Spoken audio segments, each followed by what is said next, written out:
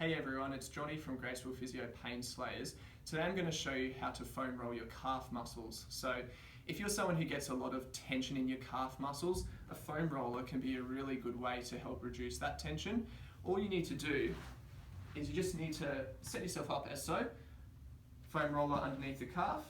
Now, just to start off with, even just doing that for some people can be enough tension.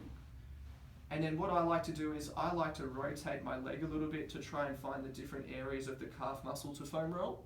But if you're finding that's not enough pressure, what you can do is you can lift yourself up off the ground and put more pressure on the calf that way, or you can cross your legs and then you can really push down on the calf muscle and you can get a really effective foam rolling technique there.